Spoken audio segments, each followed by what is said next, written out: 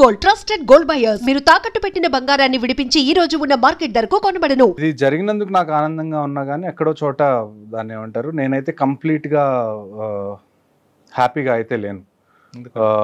మెయిన్గా రెండు విషయాలండి, రెండు కాదు ఒక మూడు విషయాలు చెప్తాను. ఫస్ట్ విషయం ఏంటంటే, ఇప్పుడు మనం ఇంతకుముందు ఉరీ చూసుకున్న, ఉరీ అటాక్ జరిగినప్పుడు మనం సర్జికల్ స్ట్రైక్ చేసాం. ఆ తర్వాత పుల్వామా జరిగినప్పుడు మనం బాలాకోట్ ఎయిర్ స్ట్రైక్ చేసాం. అప్పుడు కూడా దాదాపు మనం చేసింది ఇదే. అంటే అప్పుడు కొద్దిగా తక్కువ మంది టెర్రరిస్టులను చంపుండొచ్చు, ఇప్పుడు ఎక్కువ మందిని చంపుండొచ్చు. ఇంతకుముందు లాంచ్ ప్యాడ్స్ మీద మనం అటాక్ చేసి ఉండొచ్చు. ఇప్పుడు ఎక్కడైతే వాళ్ళని తయారు చేస్తారో మదర్సాస్ ఏవైతే ఉన్నాయో వాళ్ళ మీద చేసాం. కానీ ఎందుకో నాకు ఇది ఇంకా తక్కువే అనిపిస్తుంది. అంటే మన Indian army, navy, air force కలిసి 1971 తర్వాత 3 యూనిట్స్, అంటే 3 ఆర్మీ, నేవీ, ఎయిర్ ఫోర్స్ 3 కలిసి చేసిన ఆపరేషన్ సింధూర్. సో దీన్ని 3 ఎంటిటీస్ ఉన్నాయి కాబట్టి ఇంకా క్యాపబిలిటీస్ ఎక్కువ ఉంటాయి. ఒకవేళ ఆర్మీ ఒక్కటే చేస్తే ఆర్మీ క్యాపబిలిటీస్ కొద్దిగా లిమిటెడ్గా ఉంటాయి, ఎందుకంటే ఆర్మీ దగ్గర ఫైటర్ జెట్స్ ఉండవు. అదే నేవీ, ఎయిర్ ఫోర్స్ అనుకోండి, అక్కడ ఫైటర్ జెట్స్ ఉంటాయి, మిసైల్స్ కొద్దిగా పెద్దవి ఉంటాయి. సో అలాగే 3 కలిసి చేసినప్పుడు ఇంకా పెద్ద ఎత్తున చేయాలని నేనైతే ఇప్పటికీ నమ్ముతున్నాను. అదొక విషయం నాకు ఇంకా నచ్చలేదు. మూడో విషయం ఏంటి అంటే, పూంచ్, రజౌరి అని జమ్మూలో ఏరియాస్ ఉన్నాయి. ఎప్పుడైతే మనం ఈ స్ట్రైక్స్ చేసామో ఆ తర్వాత పూంచ్, రజౌరిలో ఏవైతే ఇప్పుడు మనం పాకిస్తాన్ మీద అటాక్ చేయాలనుకోండి, ఇప్పుడు అక్కడ టెర్రరిస్ట్ క్యాంప్స్ ఉన్నాయి కాబట్టి వాటి మీద మనం బాంబ్స్ అవి ఇవి వేసాం. అదే ఇండియాలో పాకిస్తాన్ అటాక్ చేయాలనుకోండి, ఇటువైపు ఏం టెర్రరిస్ట్ క్యాంప్స్ లేవు వాళ్ళు వేయడానికి. సో వాళ్ళు డైరెక్ట్గా సివిలియన్స్ని టార్గెట్ చేసి పూంచ్, రజౌరి ఏరియాలో కనీసం 15 మంది సివిలియన్స్ చనిపోయారు. ఒక రకంగా చూసుకుంటే అది మనం ఆ విషయంలో ఓడిపోయామన్న విషయాన్ని మనం గమనించాలి. ఎందుకంటే మొన్న పహల్గామ్లో 26 మంది చనిపోయారు, ఇవాళ సివిలియన్స్ 15 మంది చనిపోయారు. అంటే నేను ఇంతకు ముందు కూడా మీతో మాట్లాడినప్పుడు చెప్పాను, యుద్ధం లాంటిది ఏదైనా జరిగితే సివిలియన్స్ లైఫ్ కూడా థ్రెట్ ఉంటుంది అని. కానీ పాస్ట్లో ఒకసారి చూసుకుంటే కాశ్మీర్ వైపు ఎక్కువగా ఆర్టిలరీ షెల్లింగ్ అనేది జరగదు కంపారిటివ్గా చూసుకుంటే. ఎందుకంటే కాశ్మీర్లో ఎక్కువ ముస్లిం పాపులేషన్ కాబట్టి అక్కడ ఆర్టీ షెల్లింగ్ చేస్తే లోకల్స్కి, సివిలియన్స్కి ఏమన్నా అయితే వాళ్ళకి సపోర్ట్ దొరకదని చెప్పి పాకిస్తాన్ అటువైపు ఎక్కువ షెల్లింగ్ చేయదు. కానీ జమ్మూ వైపు ఏదైతే ఉందో, జమ్మూ రీజన్ ఎక్కడైతే మిక్స్డ్ పాపులేషన్ ఉందో, ఎక్కడైతే హిందూస్, ముస్లిమ్స్ అందరూ అన్ని మతాల వాళ్ళు ఉంటారో అటువైపు ఎక్కువగా షెల్లింగ్ చేసేది. ఇప్పటి నుంచనే కాదు, గత 30 సంవత్సరాల నుంచి కూడా ఎప్పుడన్నా జేఎండ్కేలో షెల్లింగ్ చేయాలి అంటే పాకిస్తాన్ మెజారిటీ టైం మనకి జమ్మూలోనే షెల్లింగ్ చేస్తారు. అది మనకి తెలిసినా కానీ, అంటే ఖచ్చితంగా చేస్తారని తెలిసినా కానీ కొద్దిగా ప్రోయాక్టివ్గా అక్కడ ఉన్న సివిలియన్స్ని ముందు ఎవాక్యువేట్ చేసి ఉండాల్సింది బోర్డర్ ఏరియా. హిస్టరీ చెప్తుంది కదండి జమ్మూ కొడతారని, మరి ఎందుకు? అదే కదండి, ఇప్పుడు ఇది Jammu and Kashmir law and order కిందకు వస్తుంది, ఇది స్టేట్ లా అండ్ ఆర్డర్ కింద. అక్కడ ఉన్న అఫీషియల్స్ కొద్దిగా ప్రోయాక్టివ్గా ఎందుకు తీసుకోలేదన్నది వాళ్ళే చెప్పాలి. ఇది ఇప్పటికైనా మంచిదైంది, ఇప్పుడైతే వాళ్ళని ఎవాక్యువేట్ చేశారు మొత్తం. కానీ కొద్దిగా ముందు చేసుంటే ఆ 15 ప్రాణాలు కూడా మిగిలి ఉండేయని నా ఉద్దేశం. ఓకే సార్, ఒకసారి ఆపరేషన్కి వెళ్దామండి. ఆపరేషన్కి ఎప్పటి నుంచి ఎప్పుడా ఎదురు చూస్తుంటే ఫైన్ డే ఒకసారి అవును, అంటే మనకి 7th మాక్ డ్రిల్స్ అని చెప్పి ఇక్కడ చెప్పి 6th, 7th నైట్నే వాళ్ళు అక్కడ మాక్ డ్రిల్స్ చేయించారు వాళ్ళ చేత. సార్ 3 యూనిట్లు ఎక్కడెక్కడ స్టార్ట్ అయి ఉంటాయి? అంటే చూడండి, ఇప్పుడు వరకు మనకి ఈ ఆపరేషన్ గురించి తెలిసింది గట్టిగా 10% వరకే. ఎందుకంటే ఇది కాన్ఫిడెన్షియల్ ఇన్ఫర్మేషన్ కాబట్టి అంత తొందరగా బయటికి రాదు, చిన్నగా వస్తుంది. అంటే ఇంతకుముందు సర్జికల్ స్ట్రైక్స్ అయినప్పుడు కానివ్వండి, ఎయిర్ స్ట్రైక్స్ అయినప్పుడు కానీ వెంటనే ఏ విషయం బయటికి రాదు కాన్ఫిడెన్షియాలిటీ వల్ల. ఇందులో ఇప్పుడు వరకు మనకు తెలిసిన విషయం ఏంటి అంటే, army, navy, air force 3 participate చేసినాయి. కానీ పార్టిసిపేట్ ఎలా చేసినాయి? ఇక్కడ ఇంకొక పాయింట్ మనకు చెప్పింది ఏంటి అంటే, ఒక్కళ్ళు కూడా బార్డర్ దాటలేదు. కానీ మనం చూసుకోవాల్సింది ఏంటంటే, across LC, across international border రెండింటిని దాటి మనం టార్గెట్స్ని అటాక్ చేసాం. ఏవి దాటకుండా ఎలా వెళ్ళినాయి? నా అనాలిసిస్ ప్రకారం నేనేమనుకుంటున్నాను అంటే, మనకి శామ్ మిసైల్స్ అని ఉంటాయి. అంటే శామ్ అంటాం మనం, సర్ఫేస్ టు ఎయిర్ మిసైల్. అంటే భూమి మీద నుంచి మనం మిసైల్ వదిలిపెడితే అది వెళ్ళి గాల్లో తగలడం కానీ, లేకపోతే సర్ఫేస్ టు సర్ఫేస్ మిసైల్స్ ఉంటాయి, అవి ఆర్మీ దగ్గర ఉన్నాయి. సో ఆర్మీ నాకు తెలిసి సర్ఫేస్ మిసైల్స్ యూజ్ చేసి అక్కడ డిస్ట్రక్షన్ చేసి ఉండాలి. ఎయిర్ ఫోర్స్ వాటికి మనం బేసిక్గా ఈ ఆపరేషన్లో 2 రకాల మిసైల్స్ ఖచ్చితంగా వాడాం. ఒకటి హ్యామర్, ఒకటి స్కాల్ప్ అని, ఈ 2 పేర్లు. ఈ హ్యామర్ అనేది ఫ్రాన్స్ నుంచి తెచ్చుకున్న మిసైల్స్, ఈ స్కాల్ప్ అనేది బ్రిటిష్, ఫ్రాన్స్ కలిసి తయారు చేసిన మిసైల్స్ అనమాట. వీటిని మనం లాంగ్ రేంజ్ గైడెడ్ మిసైల్స్ అంటాం, గైడెడ్ క్రూయిజ్ మిసైల్స్ అంటాం. సో ఇవి మనం ఒకవేళ మనం లోపలికి ఎంటర్ అవ్వకపోయినా మనం బార్డర్ దగ్గర ఉండి మన ఎయిర్ క్రాఫ్ట్ గాల్లో పెట్టి అక్కడి నుంచి ఫైర్ చేసినా కానీ చాలా దూరం వెళ్ళి ఎనిమీ టార్గెట్స్ని టార్గెట్ చేసేంత క్యాపబిలిటీస్ ఉన్న మిసైల్స్ ఇవి. సో ఎయిర్ ఫోర్స్ నాకు తెలిసి గాల్లో ఉండి బార్డర్ క్రాస్ అవ్వకుండా టార్గెట్స్ లాక్ చేసి ఇక్కడి నుంచే ఫైర్ చేసి ఉండొచ్చు. మరి నేవీ ఎలా ఇన్వాల్వ్ అయింది అంటే నేను అనుకోవడం ఏంటి అంటే మనకి ఎయిర్ క్రాఫ్ట్ క్యారియర్ ఉన్నాయి. ఐఎన్ఎస్ అరిహంట్ అని కానివ్వండి, లేకపోతే ఐఎన్ఎస్ విక్రాంత్ కానివ్వండి, ఇలాంటి ఎయిర్ క్రాఫ్ట్ క్యారియర్స్ ఉంటాయి. ఈ ఎయిర్ క్రాఫ్ట్ క్యారియర్స్ మీద అట్ ఏ టైం మనం కనీసం 15-16 జెట్ ప్లేన్స్ తీసుకొని మనం ట్రావెల్ చేయొచ్చు. సో నాకు తెలిసి జెట్ ప్లేన్స్ ఏవైతే ఖచ్చితంగా తెలిసిన విషయం ఏంటంటే ఇందులో రఫేల్స్ ఏవైతే మనం ఫ్రాన్స్ నుంచి కొత్తగా తెప్పించుకున్నామో అవైతే మాత్రం ఖచ్చితంగా యూజ్ అయినాయి అని మాత్రం మనం ఒకసారి గమనించాలి. నాకు తెలిసి రఫేల్ ఎయిర్ క్రాఫ్ట్స్ ఏవైతే ఉన్నాయో ఇండియాలో ఉన్న ఏదన్నా బేస్ మీద నుంచి ఎగరకుండా ఈ ఎయిర్ క్రాఫ్ట్ క్యారియర్ నుంచి టేక్ ఆఫ్ అయ్యి అవి ఫైర్ చేసి మళ్ళీ ఎయిర్ క్రాఫ్ట్ క్యారియర్ మీద ల్యాండ్ అయినాయని నా ఉద్దేశం. కానీ మీరు చెప్తున్న ఆ ప్రాంతం అంతా కంటే గుజరాత్ ఆ ప్రాంతంలో సముద్రం ఉందండి, కానీ జెట్స్ కి చాలా అది కూడా ఉంటుంది కదా, చాలా దూరం వెళ్ళి వచ్చే కేపబిలిటీ ఉంటుంది. వాటిలో చాలా ఫ్యూయల్ ఉంటుంది. ఆల్మోస్ట్ కొన్ని వేల కిలోమీటర్లు అవి ట్రావెల్ చేసే అంత కేపబిలిటీ వాటికి ఉంటాయి. సార్ ఆపరేషన్ స్టార్ట్ అయింది, పర్టికులర్ గా 9 ఏరియాలు కొట్టాం. అక్కడ మన టార్గెట్ ఉండని ఎప్పటి నుంచో మనకు ఆల్రెడీ ఉందా, ఐడెంటిఫై చేసి ఉంచి ఉన్నాం? అవునండి, మనకి కంటిన్యూస్గా ఇంటెలిజెన్స్ ఇంటర్సెప్షన్స్ అనేవి కంటిన్యూస్గా వస్తాయి. మీరు ఆపరేషన్ని పర్టికులర్గా చూసుకుంటే మనం 1 గంట 5 నిమిషాలకి స్టార్ట్ చేసి 1:30 కల్లా మనం అవగొట్టాం. అంటే జస్ట్ 25 నిమిషాల్లో 9 లొకేషన్లో 24 స్ట్రైక్స్ మనం చేయగలిగిన క్యాపబిలిటీ మనది. అంటే ఒక అరగంటలో మనం ఎంత డ్యామేజ్ చేయగలిగామో మీరు చూడొచ్చు. నేను అందుకే చెప్తుంది ఐఎమ్ స్టిల్ నాట్ హ్యాపీ. ఎందుకంటే అరగంటలో ఇంత చేయగలిగిన క్యాపబిలిటీస్ మనకు ఉన్నప్పుడు ఇంకొద్దిగా ఎక్కువ చేయాల్సింది. ఎందుకంటే ఉట్టి టెర్రరిస్ట్ క్యాంప్స్ మీద మనం ఎన్ని రోజులని టార్గెట్ చేస్తాం. ఇక్కడ మనకున్న ఇంకొక హోప్ ఏంటి అంటే మన పూర్వపు ఎవరైతే చీఫ్ ఆఫ్ ఆర్మీ స్టాఫ్ ఉన్నారో మాజీ సైన్యాధ్యక్షులు జనరల్ నరావనే గారు, ఆయన ట్వీట్ ఏం చేశారంటే ఇది జస్ట్ బిగినింగ్ మాత్రమే అని ట్వీట్ చేశారు. ఆ ఆశ అయితే నాకు ఇంకా ఉంది. ఇది జస్ట్ ఫస్ట్ రౌండ్, ఇంకా రౌండ్స్ ఉంటాయని నేను కోరుకుంటున్నాను. ఖచ్చితంగా నేను అలాగ అనుకుంటున్నాను, అలా అవ్వాలని అనుకుంటున్నాను. సార్ 9 ప్రాంతాల్లో కొట్టారు కదా, 9 ప్రాంతాల్లో ఒక్కొక్క ప్రాంతం గురించి చెప్పగలరా? అంటే ఏ విధంగా వాళ్ళు? నేను వీటిని 2-3 రకాలుగా విభజిస్తాను మనకి కొద్దిగా ఈజీగా అర్థం చేసుకోవడానికి. ఇందులో మూడు రకాల గ్రూప్స్ ఉన్నాయి. ఒకటి ఏంటంటే పాకిస్తాన్ ఆక్యుపైడ్ కాశ్మీర్ ఏదైతే ఉందో పిఓకేలో మెజారిటీ సైట్స్ మనం సెలెక్ట్ చేసుకున్నాం. ఎందుకంటే ఎవరైనా కాశ్మీర్లోకి ఎంటర్ అవ్వాలంటే ముందు పిఓకేలో ట్రైనింగ్ చేసి అక్కడి నుంచి ఈజీగా ఎంటర్ అవ్వచ్చు. కాబట్టి పిఓకేలో ఎక్కువ లాంచ్ ప్యాడ్స్ మన టార్గెట్ పిఓకే. కానీ ఈసారి మనం ఇంకా గట్టిగా చేసిన విషయం, చాలా అప్రిషియేట్ చేయాల్సిన విషయం ఏంటి అంటే మనం ఇప్పటివరకు ఎన్ని ఆపరేషన్స్ చేసినా మనం జస్ట్ ఎల్సీ ఒక్కటే దాటాం, line of control. International boundary అనేదాన్ని మనం ఎప్పుడు ఇంతకుముందు దాటలేదు. కానీ ఈసారి ఎస్పెషల్లీ ముజఫరాబాద్ అనే ప్లేస్, అబోటాబాద్ అని పాకిస్తాన్లో ఒక ప్లేస్ ఉంటుంది. ఆ అబోటాబాద్ 2 విషయాలకి చాలా ఫేమస్. ఒకటి ఏంటి అంటే ఇక్కడ మనకి ఇండియన్ మిలిటరీ అకాడమీ దెహ్రాదూన్లో ఎలాగుందో పాకిస్తాన్ మిలిటరీ అకాడమీ అబోటాబాద్లో ఉంది. అంటే అక్కడ ఉండే ఆర్మీ ఆఫీసర్స్ ఎవరైతే ఉంటారో అందరూ అక్కడే ట్రైన్ అవుతారు పాకిస్తాన్ మిలిటరీ అకాడమీలో. దానికి కొద్ది దూరంలో ఒసామా బిన్ లాడెన్ ఎప్పుడైతే యుఎస్ వాళ్ళు చంపారో వాళ్ళు చంపింది కూడా అబోటాబాద్లోనే. సో పాకిస్తాన్ మిలిటరీ అకాడమీకి కొన్ని కిలోమీటర్ల దూరంలో ఒసామా బిన్ లాడెన్ కనీసం 4-5 సంవత్సరాలు దాక్కొని ఉన్నాడు, కానీ వాళ్ళకి తెలియదు అంటారు. విచ్ ఈజ్ కుదరదు, అలా కుదరదు. మీ మిలిటరీ అక్కడే కొట్టారు కాబట్టి. సో ఈ ముజఫరాబాద్ అనేది కూడా అబోటాబాద్కి జస్ట్ పక్కనే ఉంటుంది. ఈ 2 సిటీస్ కూడా మళ్ళీ ఇస్లామాబాద్కి చాలా దగ్గరగా ఉంటాయి. సో ఒక రకంగా మనం స్టేట్మెంట్ ఏమి ఇచ్చాము అంటే మనం ఎల్సీ కానీ ఇంటర్నేషనల్ బౌండరీ కానీ క్రాస్ చేయకుండా మేము మిమ్మల్ని లోపలే టార్గెట్ చేయగలమన్న ఒక సంకేతాన్ని అయితే పంపించాము మనం.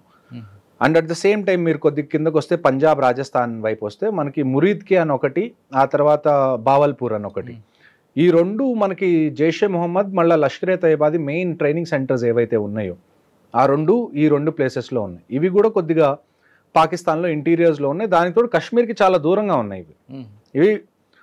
ఒకవేళ మనం బావల్పూర్ చూసుకున్నాం అనుకోండి, బావల్పూర్లో మౌలానా మసూద్ అజర్ ఎవరైతే మన జైషే మొహమ్మద్ హెడ్ ఉన్నాడో అతని ఫ్యామిలీ ఆ కాంపౌండ్లోనే ఉంటారు. సో నిన్న మనకి తెలిసిన విషయం ఏంటంటే మసూద్ అజర్ ఫ్యామిలీలో 14 మందిని మనం చంపేశాం. ఇంకొక విషయం ఇక్కడ మనం గమనించాల్సింది ఏంటంటే ఆయన ఒట్టి మసూద్ అజర్ కాదు, మౌలానా మసూద్ అజర్. మౌలానా అంటే ఏంటండి? మదర్సాల్లో ఎవరైతే పాఠాలు చెప్తారో వాళ్ళని మౌలానా అంటారు, రిలీజియస్ టీచర్ బేసికలీ. సో ఎవరైతే టెర్రరిజంకి రిలీజన్ లింక్ లేదని చెప్తారో వాళ్ళు నాకు దీనికి ఆన్సర్ చెప్పండి. మసూద్ అజర్ని మౌలానా అని ఎందుకు అంటారు? ఒక ఇస్లామిక్ టీచర్గా ఆయనకి ఎందుకు ఆ కితాబ్ ఇచ్చారు మౌలానా అని? ఇప్పుడు ఎన్నైతే మనం స్ట్రైక్ చేసామో అందులో మెజారిటీ మనం స్ట్రైక్ చేసింది మదర్సాస్ని, మస్జిద్స్ని. వాళ్ళు ఆ కవర్ని యూజ్ చేసుకొని టెర్రరిజం చేస్తున్నారు. మళ్ళీ మీరు వచ్చి దానికి రిలీజన్కి సంబంధం లేదంటే అది తప్పు, ఆ లాజిక్ కుదరట్లేదు. సో దానికి కూడా ఆన్సర్ చెప్పాలి. ఓకే, రెండో ఇంకా మీకు ఐడియా వచ్చిన చెప్పండి. ఇంకా ఈ అంటే మీరు 9 ప్లేస్లు కొట్టాం మనం, 9 ప్లేస్లో 2 చెప్తున్నారు. 9 ప్లేసెస్లో 3 చాలా మనకి ఇంపార్టెంట్. ఓకే, మిగతావన్నీ చిన్న చిన్న లాంచ్ ప్యాడ్స్, లేకపోతే ఇంతకు ముందు కూడా మనం అటాక్ చేసిన లాంచ్ ప్యాడ్స్, దగ్గరలో ఉన్న లాంచ్ ప్యాడ్స్ ఏవైతే పాకిస్తాన్ ఆక్యుపైడ్ కాశ్మీర్లో ఉన్నాయో. నేను చెప్పే 3 ఏవైతే ఉన్నాయో అవి పాకిస్తాన్లో ఉన్నాయి. పాకిస్తాన్ ఆక్యుపైడ్ కాశ్మీర్లో లేవు, కంప్లీట్ పాకిస్తాన్లో ఉన్నాయి. ఏది మనకి ఒక ముజఫరాబాద్ ఒకటి, ఏదైతే ఇస్లామాబాద్కి దగ్గరలో ఉంటుంది, ఒకటి మురీద్కి, అది లాహోర్కి దగ్గర, లాహోర్ అంటున్నా, అది కొద్దిగా పంజాబ్ పైన పఠాన్కోట్ దానికి చుట్టుపక్కల ఉంటుంది.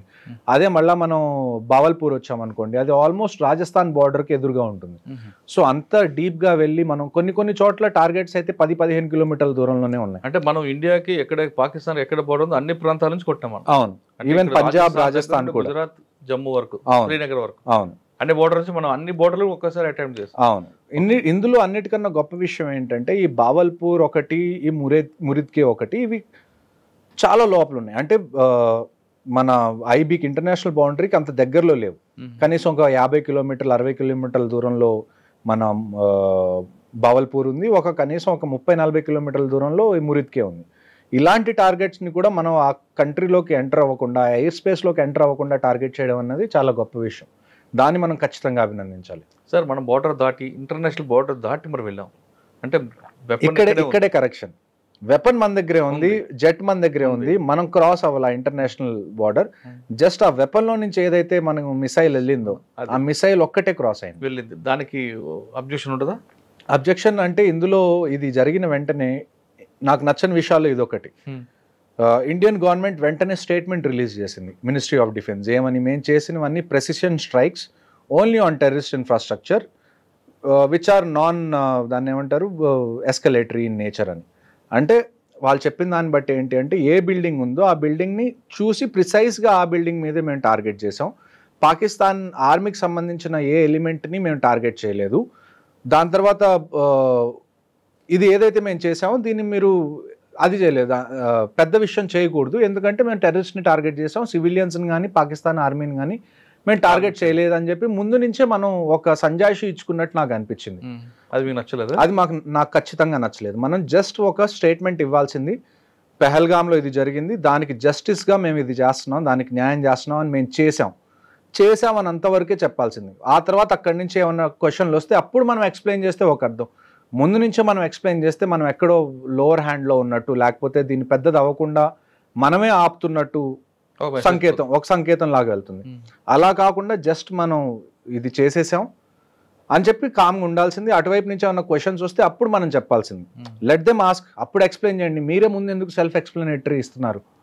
అంటే గవర్నమెంట్కి చెప్పే అంత పెద్దవాడిని కాదు, కానీ అట్ ద సేమ్ టైం చూడ్డానికి ఎలాగుంటుంది అంటే పర్సెప్షన్ పరంగా అది వీళ్ళు ఎందుకు ముందే సంజాయిషి చెప్పుకుంటున్నారు, తప్పేం చేయలేదు కదా. ఇప్పుడు ఇజ్రాయెల్ ఉంది, యుఎస్ ఉంది, వాళ్ళు వేరే కంట్రీస్లో అసాసినేషన్ చేస్తారు, జెట్ ప్లేన్స్ని పంపించి అక్కడ చంపుతారు, అక్కడ బాంబ్ చేస్తారు.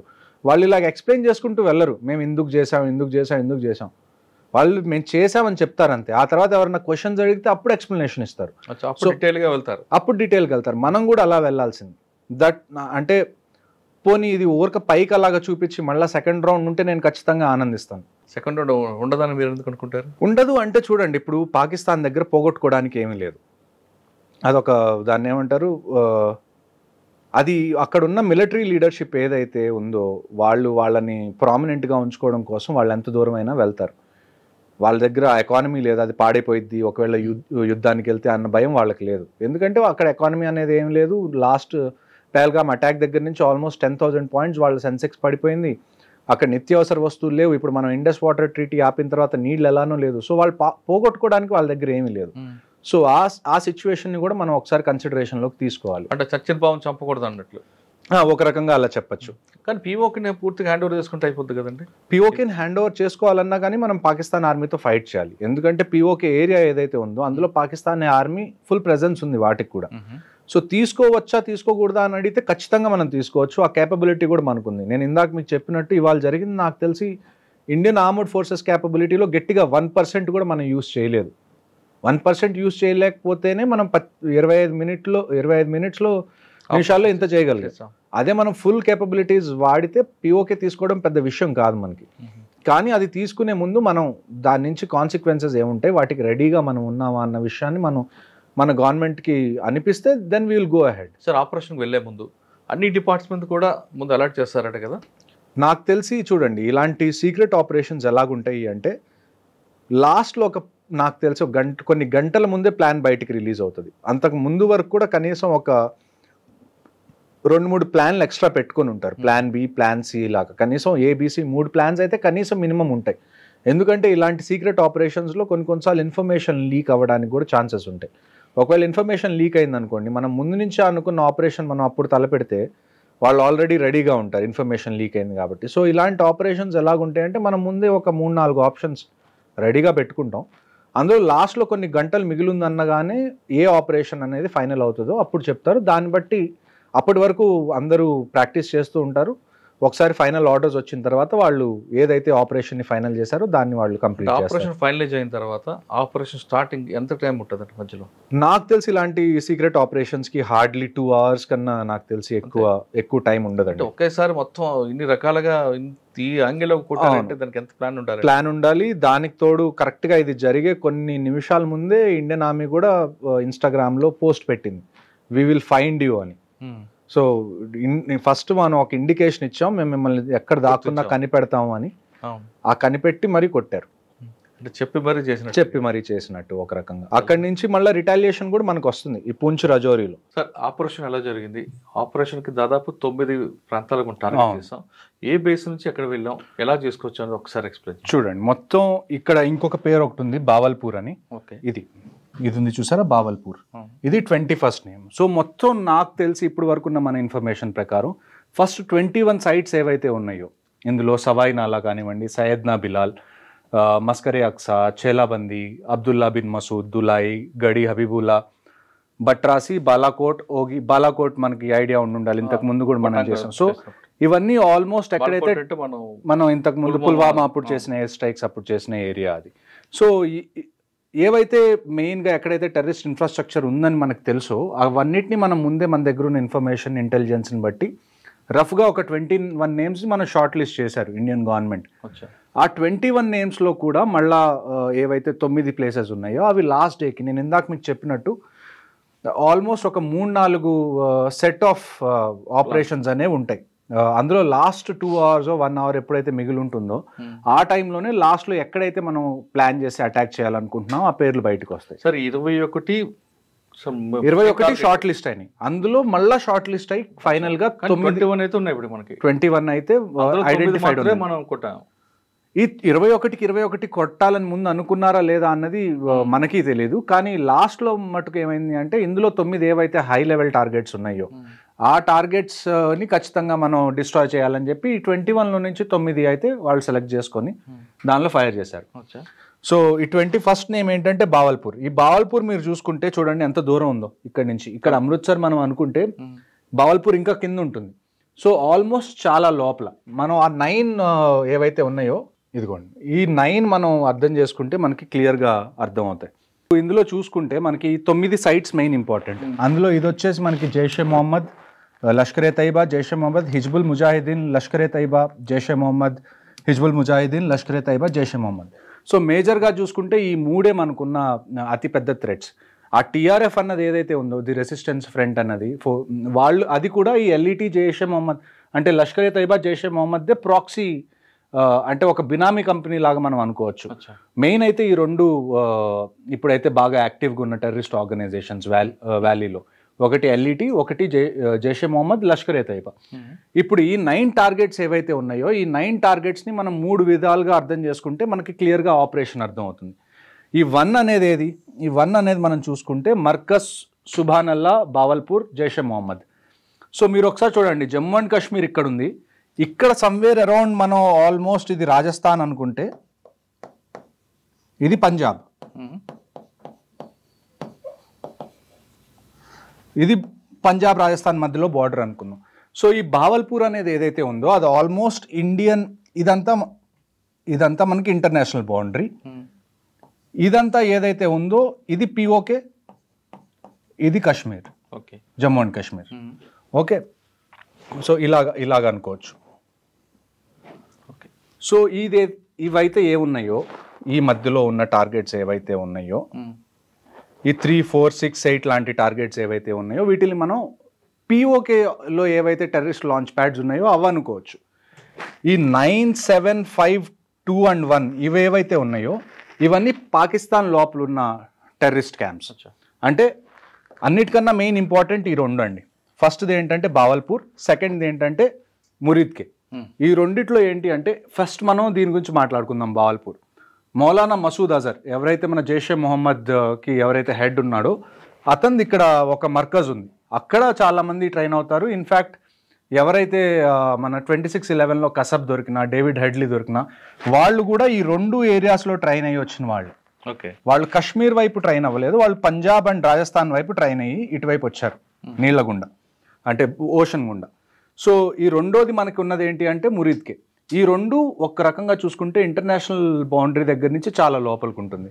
ఇది ఒక ఆల్మోస్ట్ నాకు తెలిసి ఇది ఒక 50 to 70 కిలోమీటర్స్ ఉండే ఛాన్స్ ఉంది ఇంటర్నేషనల్ బార్డర్ దగ్గర నుంచి ఈ బావల్పూర్ అనేది ఏదైతే ఉందో.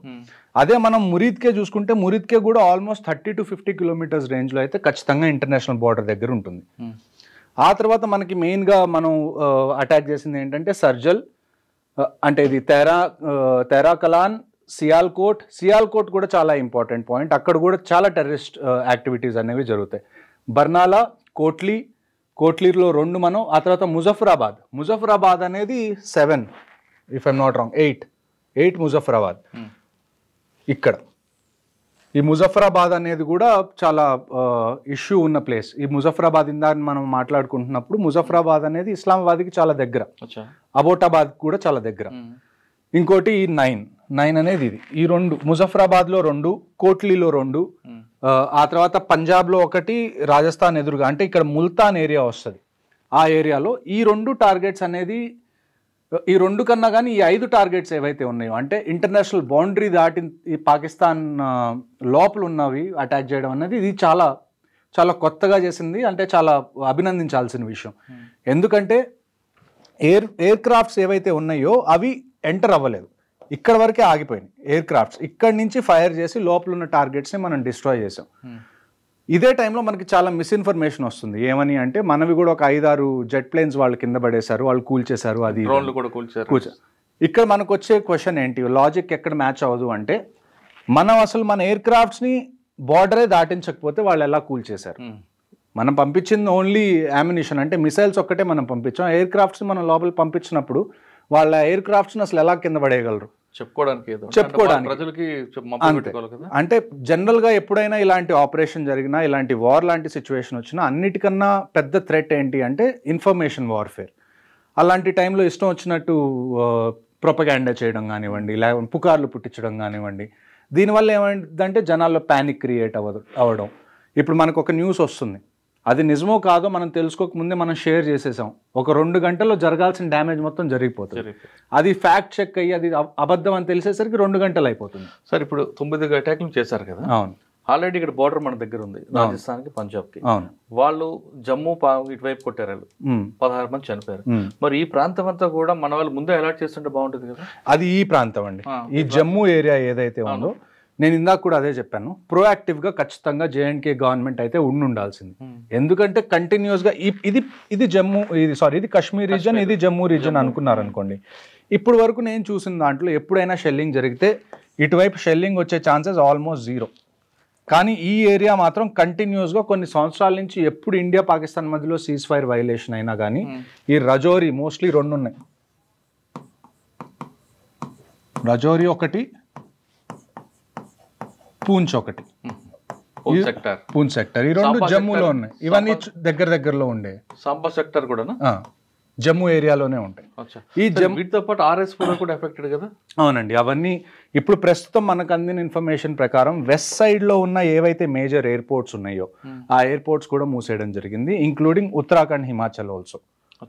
సో ప్రస్తుతం ఇంకొక విషయం ఇవాళ ఉదయం తెలిసింది ఏంటి అంటే ఇక్కడ లాహోర్ ఉంటుంది, ఇది ఐ థింక్ లాహోర్. ఇది లాహోర్లో కూడా ఎయిర్పోర్ట్ మీద 3 బ్లాస్ట్లు జరిగినాయి. అది ఇండియా చేసిందా లేకపోతే డ్రోన్ ఇండియా వదిలిపెడితే డ్రోన్ వెళ్ళి అక్కడ పడి చేసిందా అన్నది ఇంకా బయటికి రాని విషయం. కానీ ఇవాళ ఉదయం కూడా 3 బ్లాస్ట్లు అయితే లాహోర్ ఎయిర్పోర్ట్లో జరిగినాయి, ఎయిర్పోర్ట్ ఆ చుట్టుపక్కల. సార్ ఎక్కువ థ్రెట్ మనకి ఇటువైపు కనిపిస్తుంటుంది. చూడండి, వార్ ఒకవేళ మీరు టెర్రరిజం ఆపరేషన్స్ చూసుకున్నారనుకోండి, ఈ ఏరియా మనకి థ్రెట్ ఎక్కువ. కొద్దిగా మనం చూసుకుంటే పఠాన్ కోట్ ఏదైతే పంజాబ్ బార్డర్ విలేజెస్ ఉన్నాయో ఇక్కడ కొద్దిగా థ్రెట్ ఉంది తప్ప మిగతాది ఐ డోంట్ థింక్ బార్డర్స్ దగ్గర అయితే కంప్లీట్ వార్ అవుతుంది తప్ప థ్రెట్ లాంటివి చిన్న చిన్నవి ఏవి ఇక్కడైతే అయ్యే ఛాన్సెస్ తక్కువ. ఎందుకంటారు? ఎందుకంటే ఇక్కడ ఇంటర్నేషనల్ బౌండరీ కాబట్టి, ఇక్కడ బిఎస్ఎఫ్ ఆల్రెడీ ఉంటుంది కాబట్టి ఇక్కడ మనకి ఇష్యూ ఉండదు. ఇక్కడ మనకున్నది ఎల్సీ కాబట్టి ఎల్సీ ఒక ఖచ్చితమైన రేఖ అని మనం పరిగణించాం దాన్ని. ఇంటర్నేషనల్ బౌండరీకి ఒక శాంక్టిటీ ఉంటుంది కానీ ఎల్సీకి ఒక శాంక్టిటీ ఉండాల్సిన అవసరం లేదు. సో అందుకని ఇక్కడ మనకు అటాక్స్ ఎక్కువ జరుగుతాయి కంపారిటివ్లీ ఇక్కడ జరిగిన దానికన్నా. సార్ ఇప్పుడు మీరు చెప్తున్నట్లుగా ఈ రోజు కూడా 2 జరిగాయి అంటున్నారు లాహోర్ మీద. దీనికి రిటాలియేషన్గా వాళ్ళు ఏం చేసే అవకాశం ఎక్కడ ఉండొచ్చు? చూడండి, నా అంచనా ప్రకారం అయితే ఈ ఇంటర్నేషనల్ బౌండరీ ఏదైతే ఉందో దీన్ని వాళ్ళు కదిలించరు.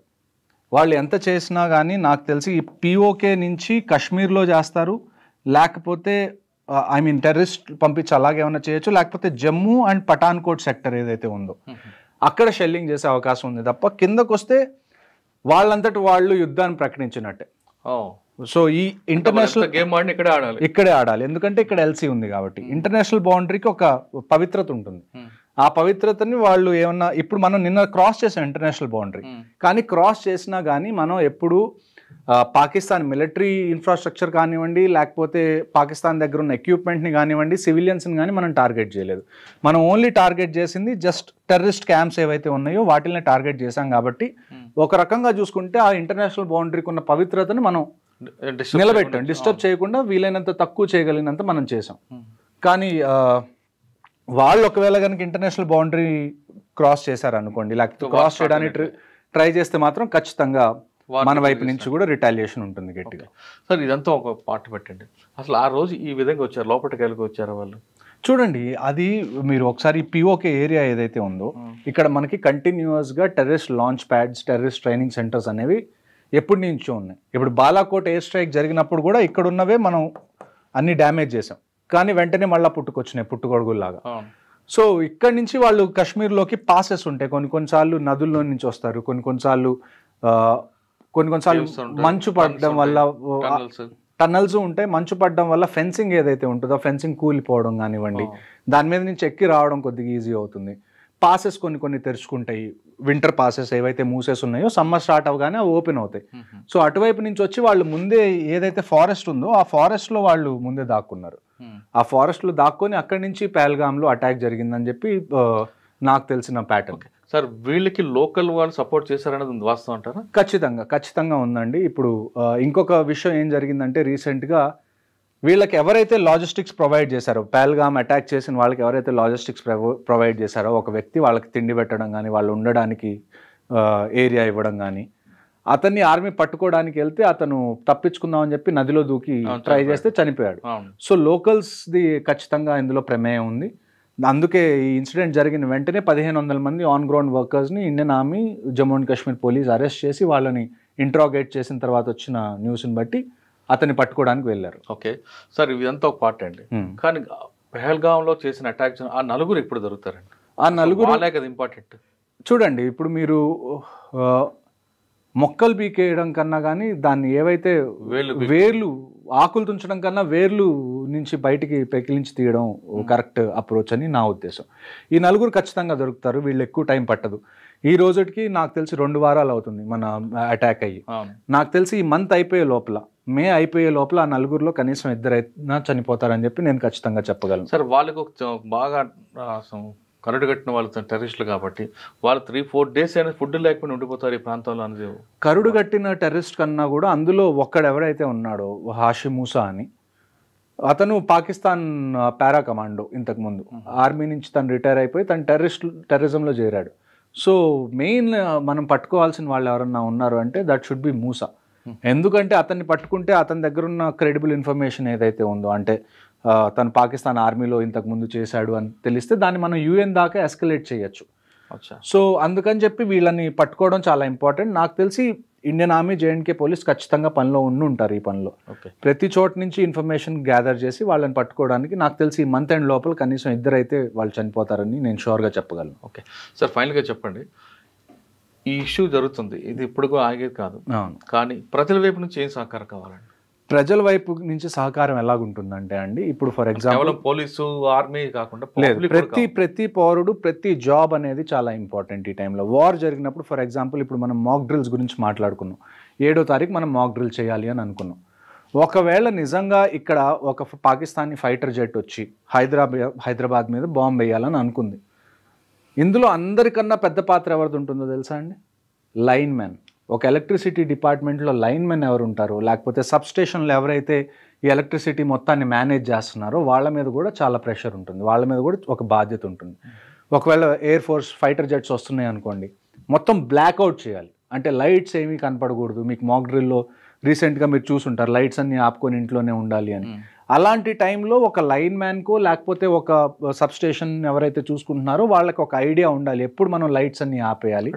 వస్తుందని ఎలా తెలుస్తుంది? అది గవర్నమెంట్ నుంచి వీళ్ళకి ఇన్ఫర్మేషన్ వస్తుంది, పోలీస్ నుంచి ఇన్ఫర్మేషన్ వస్తుంది. సో ప్రతి మనిషి వాళ్ళ పనులు ఏవైతే, ఇప్పుడు కొన్ని లైన్స్ అంటాం మనం, లైన్ ఆఫ్ కమ్యూనికేషన్ అంటాం. లైన్ ఆఫ్ కమ్యూనికేషన్లో మనకి ఏమొస్తాయి? రోడ్స్ వస్తాయి, రైల్వే ట్రాక్స్ వస్తాయి, ఎలక్ట్రిసిటీ వైర్స్ వస్తాయి, ఫోన్ వైర్స్ వస్తాయి. ఆ తర్వాత మనకి గ్యాస్ కానీ లేకపోతే ఆయిల్ పైప్ లైన్స్ ఉంటాయి, అవి వస్తాయి. ఆ తర్వాత మనందరం ఇంటర్నెట్ వాడుతున్నాం, ఆప్టికల్ ఫైబర్ కేబుల్ వేసి ఉంటుంది గ్రౌండ్ లోపల. ఇవన్నీ చాలా ఇంపార్టెంట్. సో వీటిల్లో ఏది డ్యామేజ్ అయినా కానీ అవి రిపేర్ అయిపోయే లోపల లేకపోతే వాటిని మళ్ళీ కొత్తది ఇన్స్టాల్ చేయడానికి చాలా టైం పడుతుంది. సో ఎవరైతే గ్రౌండ్ మీద ఉంటున్నారో ఈ వైటల్ ఏవైతే ఉన్నాయో, రోడ్స్ కానివ్వండి, రైల్వేస్ కానివ్వండి, లేకపోతే ఎలక్ట్రిసిటీ వైర్స్ కానివ్వండి, పైప్ లైన్స్ కానివ్వండి, వాటర్ సప్లై కానివ్వండి, ఇలాంటివన్నీ ఏమి డ్యామేజ్ అవ్వకుండా, ఒకవేళ డ్యామేజ్ అవుతున్నా ఎవరన్నా చేస్తున్నా దాన్ని వెంటనే అధికారుల దృష్టికి తీసుకెళ్లడం ప్రతి సివిలియన్ చేయాల్సిన పని. ఇందులోనూ ఇంకొక గొప్ప విషయం వచ్చేది ఏంటి అంటే ఎన్సీసీ కెడెట్స్. మన దగ్గరున్న యూత్లో అందరికన్నా most disciplined and trained force ఏదన్నా ఉంది అంటే అది national cadet core. NCC cadets కూడా ఏం చేస్తారంటే, ఒకవేళ వార్ వచ్చింది అనుకోండి, ఇక్కడి నుంచి చాలామంది ఫ్రంట్ లైన్స్కి వెళ్ళిపోతారు, పోలీసులు కూడా చాలా విషయాల్లో బిజీ అయిపోతారు.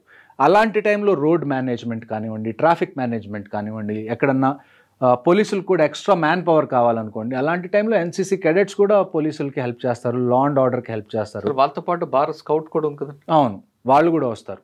కాకపోతే ఎన్సీసీ ఏంటంటే ఆర్మీతో చాలా క్లోజ్గా ట్రైన్ చేస్తుంది కాబట్టి వాళ్ళకి కొన్ని విషయాలు ఎన్ఎస్ఎస్ కానివ్వండి లేకపోతే స్కౌట్స్ అండ్ గైడ్స్ కానీ వాళ్ళకి తెలియనివి వీళ్ళకి తెలిసే అవకాశం ఎక్కువ ఉంటుంది.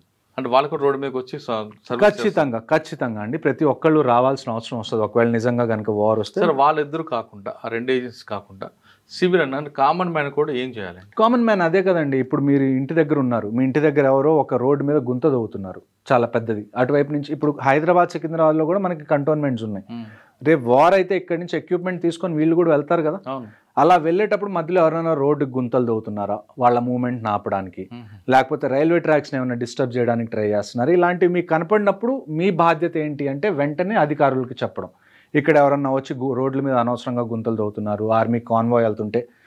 ఇంకొక విషయం ఏంటి అంటే అన్నిటికన్నా చాలా ఇంపార్టెంట్ విషయం మిలిటరీ ఆపరేషన్స్లో సీక్రసీ, కాన్ఫిడెన్షియాలిటీ. అది ఎప్పుడు పోతుంది అంటే ఇక్కడి నుంచి మనం ఎక్విప్మెంట్ తీసుకొని వెళ్తున్నప్పుడు దాని ఫోటోలు తీయడం, వీడియోలు తీయడం, దాన్ని పోస్ట్ చేయడం, దీనివల్ల ఏమవుతుంది అంటే ఎనిమికి తెలిసిపోతుంది మనం ఏమేమి ఎక్విప్మెంట్ తీసుకొని వస్తున్నాం, ఎంతమంది వస్తున్నాం అని ఒక రఫ్గా ఒక ఐడియా వస్తుంది, దానికి ప్రిపేర్ అయ్యి ఉంటాడు. సో మనం చేయాల్సింది ఏంటంటే సివిలియన్స్గా మీరు ఒకవేళ ఆర్మీ కాన్వాయ్ వెళ్తూ కనపడింది, మీరు జస్ట్ సెల్యూట్ చేయడమో లేకపోతే వాళ్ళకు ఒక వాటర్ బాటిల్ ఇవ్వడమో లేకపోతే ఒక చాయ్ ఒక ఫ్లాస్క్లో పోసి ఇవ్వడం తప్ప ఒక వీడియో తీసి నేను దాన్ని సోషల్ మీడియాలో పెడతాను అంటే మాత్రం దాన్ని అది ఒక మంచి విషయం కాదని చెప్పి చాలా మంది సెల్ఫీలు తీసుకొని పెడుతుంటారు. సెల్ఫీలు తీసుకోను లేకపోతే రోడ్ మీద అలా వెళ్తుంటే వీడియో తీసి ఇండియన్ ఆర్మీకి సెల్యూట్ చేస్తున్నట్టు పెట్టిన, ఇవన్నీ మాకు అర్థం అవుతుంది. మీరు చాలా మనకు తెలియకుండానే నేరం తప్పు చేస్తున్నాం. మీకు ప్రేమ ఉంది, అది మీరు చూపించుకోవాలనుకుంటున్నారు, అందులో తప్పు లేదు. కానీ కొద్దిగా సెక్యూరిటీ పారామీటర్స్ ఏవైతే ఉంటాయో అవి కూడా దృష్టిలో పెట్టుకొని మీరు ఆన్లైన్ ఏం పోస్ట్ చేస్తున్నా కానీ 1-2 సార్లు ఆలోచించి పోస్ట్ చేయాలని నా మనవి. ఓకే, ఫైనల్గా ఇంకోసారి చెప్పండి, ఇప్పుడు జరిగిన ఆపరేషన్ ఎక్కడో ఆగిపోతుందా లేదా అంతం కాదు ఆరంభం అయింది? నన్ను అడిగితే ఆగకూడదండి, ఆగకూడదు. ఎందుకు అంటే ఇంతకుముందు మనం ఉరి జరిగినప్పుడు కూడా మనం సర్జికల్ స్ట్రైక్స్ చేసాం, టెర్రరిస్ట్నే చంపాం. ఆ తర్వాత పుల్వామా జరిగింది, బాలాకోట్ ఎయిర్ స్ట్రైక్స్ చేసాం, మనం టెర్రరిస్ట్నే చంపాం. ఇప్పుడు మళ్ళీ ఇది పహల్గామ్ అయింది, మళ్ళీ మనం అటాక్ చేస్తున్నాం, టెర్రరిస్ట్నే చంపుతున్నాం. జస్ట్ టెర్రరిస్ట్ని చంపినంత మాత్రాన ఈ ప్రాబ్లంకి పర్మనెంట్ సొల్యూషన్ అనేది రాదు. మనం 2 విషయాలు ఇండియా ఖచ్చితంగా చేయాల్సింది ఏంటి అంటే, ఫస్ట్ విషయం పాకిస్తాన్లో పాకిస్తాన్ ఆర్మీ కన్నా పాకిస్తాన్ గవర్నమెంట్ని ఎలా పవర్ఫుల్ చేయాలి. ఎందుకంటే మీరు ఇప్పుడు ఇండియాలో కూడా ఆర్మీ, నేవీ, ఎయిర్ ఫోర్స్ ఉన్నాయి అండ్ వీఆర్ పవర్ఫుల్.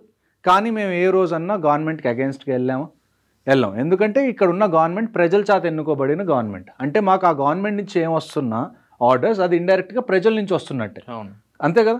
సో మేము దాన్ని లెక్క చేయకుండా ఉంటే మేము ఈ జనాల్ని లెక్క చేయనట్టు అర్థం. సో పాకిస్తాన్లో ఏంటంటే అక్కడ ఒక గవర్నమెంట్ ఎలక్ట్ అవుతుంది, ఆ ఎలక్ట్ అయిన గవర్నమెంట్ ఏదైనా చేద్దాం అనుకునే లోపల అక్కడ పాకిస్తాన్ ఆర్మీ వచ్చేసి ఆ గవర్నమెంట్ని నెట్టేసి వాళ్ళు మళ్ళీ పాలించడం మొదలు పెడతారు. సో ఇండియా టార్గెట్ ఏముండాలి అంటే పాకిస్తాన్ గవర్నమెంట్ ఏదైతే ఉందో దాన్ని పాకిస్తాన్ ఆర్మీ కన్నా పవర్ఫుల్ చేయడం ఫస్ట్ విషయం మనకు కావాలి. రెండో విషయం ఏంటి అంటే ఈ ఆపరేషన్స్తో పాటుగా మనం చేయాల్సింది ఏంటి అంటే ఇప్పుడు Pakistan is also a nuclear country, వాళ్ళ దగ్గర కూడా న్యూక్లియర్ కేపబిలిటీస్ ఉన్నాయి. మనం ఏమేం డాక్యుమెంట్స్ లేకపోతే ఏమేం ప్రూఫ్స్ కలెక్ట్ చేసి మనం యునైటెడ్ నేషన్స్లో ఎలాగ అపీల్ చేయాలి అంటే ఇలాంటి పనులు పాకిస్తాన్ చేస్తుంది కాబట్టి యుఎన్ షుడ్ మేక్ షూర్ పాకిస్తాన్ని డీన్యూక్లియరైజ్ చేయాలి. పాకిస్తాన్ దగ్గర న్యూక్లియర్ అసెట్స్ ఉంటే కోతికి కొబ్బరి చెప్పు ఉన్నట్టే. సో అందుకని చెప్పి వాళ్ళ దగ్గర నుంచి న్యూక్లియర్ అసెట్స్ అనేవి మనం యునైటెడ్ నేషన్స్ ద్వారా తీసేయడం అనేది ఒక దాన్ని ఏమంటారు లాంగ్ రన్లో మనకి చాలా బెనిఫిట్ అయ్యే ఒక ప్లాన్. ఈ రెండు మనం ఇండియన్ గవర్నమెంట్ చేస్తే నాకు తెలిసి ఈ ప్రాబ్లంకి ఒక పర్మనెంట్ సొల్యూషన్ అయితే ఉంటుంది. అంతేగాని పిఓకే చూడండి, ఒక్కసారి వాళ్ళ దగ్గర న్యూక్లియర్ లేదనుకోండి, న్యూక్లియర్ డిటరెంట్ అనేది వాళ్ళ దగ్గర లేదనుకోండి, మనం ఆపరేషన్స్ కూడా కొద్దిగా ఈజీగా చేయొచ్చు. పిఓకే ఇప్పుడు ఈ government for example Modi government మేము పిఓకే తెస్తాం అని అన్నా కానీ it doesn't happen in a week or A month. దానికి చాలా టైం పడుతుంది, దానికి బ్యాక్గ్రౌండ్ వర్క్ కూడా చాలా కావాలి. అలాంటి బ్యాక్గ్రౌండ్ వర్క్లో నన్ను అడిగితే ఆ న్యూక్లియర్ ఏవైతే ఉన్నాయో న్యూక్లియర్ అసెట్స్ పాకిస్తాన్ దగ్గర అది యుఎన్ జప్తు చేసుకున్న తర్వాత మనం ముందుకెళ్ళడం బెటర్. ఓకే, మొత్తం మీద ఆపరేషన్ చూసుకుంటే ఏమాత్రం కాదు, మనం వాడింది కేవలం 1% మాత్రమే వాడామంటున్నారు హర్ష గారు. ఆయన చెప్తున్నట్టుగా పూర్తి స్థాయిలో మనం వాడితే దాన్ని తట్టుకోవడం ఎవరి తరం కాదు అని చెప్తున్నారు. మరోవైపు ఒకవేళ పాకిస్తాన్ కానీ యుద్ధం ప్రకటిస్తే భారతదేశంలో ప్రతి పౌరుడు కూడా తన వంతు పాత్ర పోషించాలంటూ హర్షవర్ధన్ చెప్తున్నారు. ఇది మందే కాదు అని కాకుండా ప్రతి ఒక్కరు తమకి ఏం జరుగుతుందన్న విషయాన్ని వెంటనే ఆఫీసులకు దృష్టి తీసుకెళ్ళడం, అదేవిధంగా అక్కడ జరుగుతున్న విషయాలను సెల్ఫీలకి తీసుకొని కాలక్షేపం చేయకుండా మీ వంతు బాధ్యతగా చేయండి అంటూ హర్షవర్ధన్ గారు రిక్వెస్ట్ చేస్తున్నారు. ఇది పహల్గామ్ ఇష్యూపై హర్షవర్ధన్ గారు ఒపీనియన్. మరో